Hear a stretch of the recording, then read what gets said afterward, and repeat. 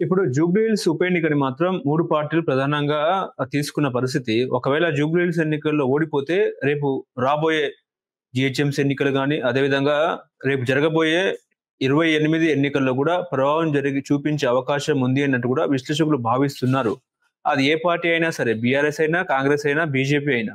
ఒకవేళ బీఆర్ఎస్ గెలిస్తే మాత్రం ఓవరాల్‌గా తెలంగాణ రాష్ట్రంలో బీఆర్ఎస్ పార్టీకి ఒక పాజిటివ్ వైబ్రేషన్ ఏర్పడే అవకాశం ఉంది.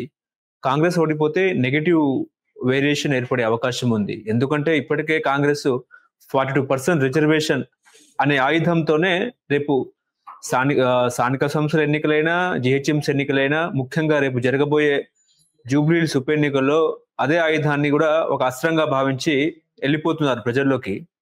ఈ 42% రిజర్వేషన్ ఫలప్రయోగం జరిగే అవకాశం ఉందా? ఒకవేళ జరిగితే కాంగ్రెస్ పార్టీ పరిస్థితి ఎట్లా ఉంటుంది? ఆ! తప్పనిసరిగా 42% వస్తే అది ఒక మొత్తం ఈ రోజుని బీజేపీ ఎప్పుడు కూడా జనగణన చేస్తానని గాని, కులగణన అని అనలేదు. కానీ కాంగ్రెస్ తీసుకున్న స్ట్రాటజీ వల్ల వాళ్ళు చెప్పారు కదా! కులగణన కూడా మేము ఇందులో జనగణనతో పాటు కులగణన కూడా చేస్తామని చెప్పారు. అంటే బీజేపీని ఒక మెట్టు దించడంలో కాంగ్రెస్ ఎత్తుగడలు ఉపయోగపడ్డాయి.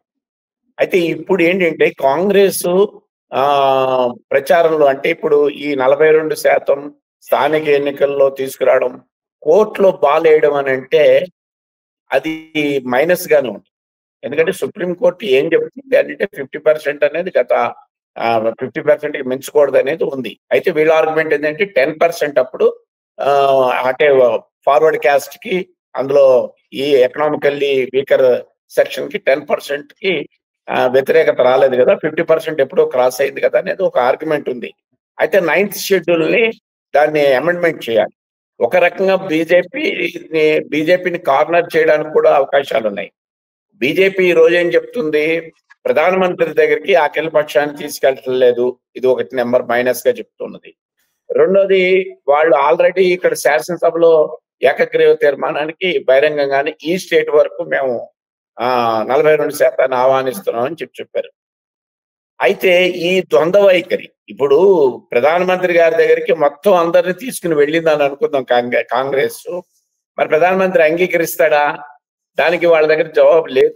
కాబట్టి దీన్ని క్యాలిక్యులేటెడ్ గా ఈ బీసీ కార్డ్ ఏదైతే ఉందో 42% ఈ స్థానిక ఎన్నికల్లో రిజర్వేషన్ కల్పిస్తామని చెప్పి కాంగ్రెస్ తీసుకున్న ఈ కామారెడ్డి డిక్లరేషన్ ఏదైతే ఉందో దాంట్లో బీజేపీని కార్నర్ చేసే అంత పటిష్టమైన ఆర్గ్యుమెంట్స్ కనపడటం లేదు.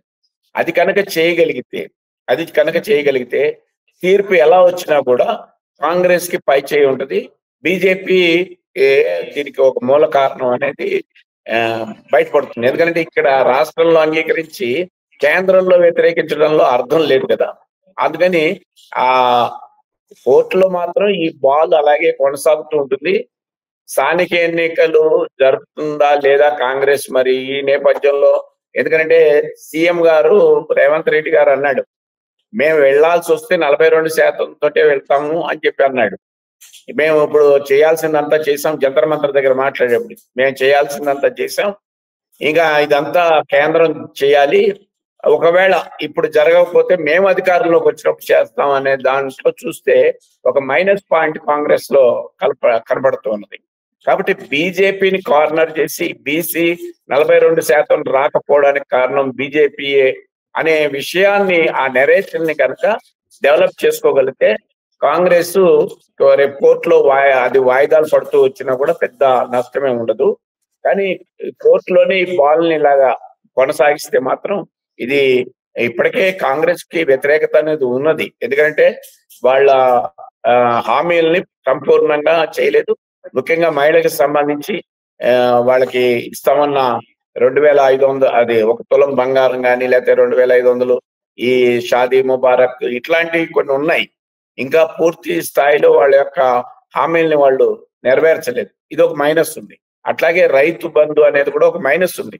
అయితే నగరానికి వచ్చే వరకు అవి ఏ మేరకు ఉంటాయి అని అంటే అవి మైనస్ గానే, ఆ పెద్ద అంత ప్రభావితం ఏం చేయదు. అందులో జూబ్లీ దీంట్లో మనం 50% ని క్రాస్ అయితేనే గొప్ప ఓటింగ్ లో, అందుకని అది కూడా ఉన్నది. ఇవన్నీ దృష్ట్యా చూసుకుంటే కాంగ్రెస్ కి ఎడ్జ్ ఉంది కానీ ఇప్పుడు ఈ 42% ఏదైతే ఉన్నదో ఇది మేధావి వర్గంలో ముఖ్యంగా కాంగ్రెస్ వ్యతిరేక శక్తులు చాలా చక్కగా నెరేషన్ ఇదంతా కూడా కాంగ్రెస్ ఆడుతున్న నాటకం అని చెప్పడంలో సఫలీకృతంగా ఉన్నారు. కాదు, ఇది కాంగ్రెస్ ఆడుతున్న నాటకం కాదు, బీజేపీ సెంటర్ లో ఉండి అంగీకరించగలిగే స్థితి ఉన్నా కూడా అంగీకరించకపోవడమే దీనికి ప్రధాన కారణం అనే నెరేషన్ డెవలప్ చేసుకోగలిగితే మధ్యతరగతి ఓటింగ్ ని క్యాచ్అప్ చేసే అవకాశాలు ఉంటాయి. అందుకని ఇది కోర్టులోనే దీన్ని వదిలేస్తే మాత్రం దీంట్లో మైనస్ కాంగ్రెస్ కే ఉంటుంది అనేది నా భావన. ఇప్పుడు సుప్రీం కోర్టు విచారణ మీదనే ఉత్కంఠ అందరిలోనూ. సుప్రీం కోర్టు ఎటువంటి జడ్జిమెంట్ ఇస్తుంది? గవర్నమెంట్ అయితే సుప్రీం కోర్టుకి వెళ్ళింది. ఇప్పుడు బీసీ రిజర్వేషన్ల పైనే సర్కార్ కూడా సవాల్ విసిరింది. ముఖ్యంగా బీసీలకు 40% రిజర్వేషన్ పై సుప్రీం కోర్టులో రాష్ట్ర ప్రభుత్వం ఇప్పటికే అనేక పిటిషన్ దాఖలు చేసింది. ఇప్పుడు హైకోర్టు ఇచ్చిన మధ్యంతర స్టేను కూడా వెకేట్ చేయాలని చెప్పేసి రాష్ట్ర ప్రభుత్వం సుప్రీం కోర్టును కోరే అవకాశం ఉంది. ఇప్పుడు సుప్రీం కోర్టులో స్పెషల్ లీవ్ పిటిషన్ దాఖలు చేయనుంది సర్కార్.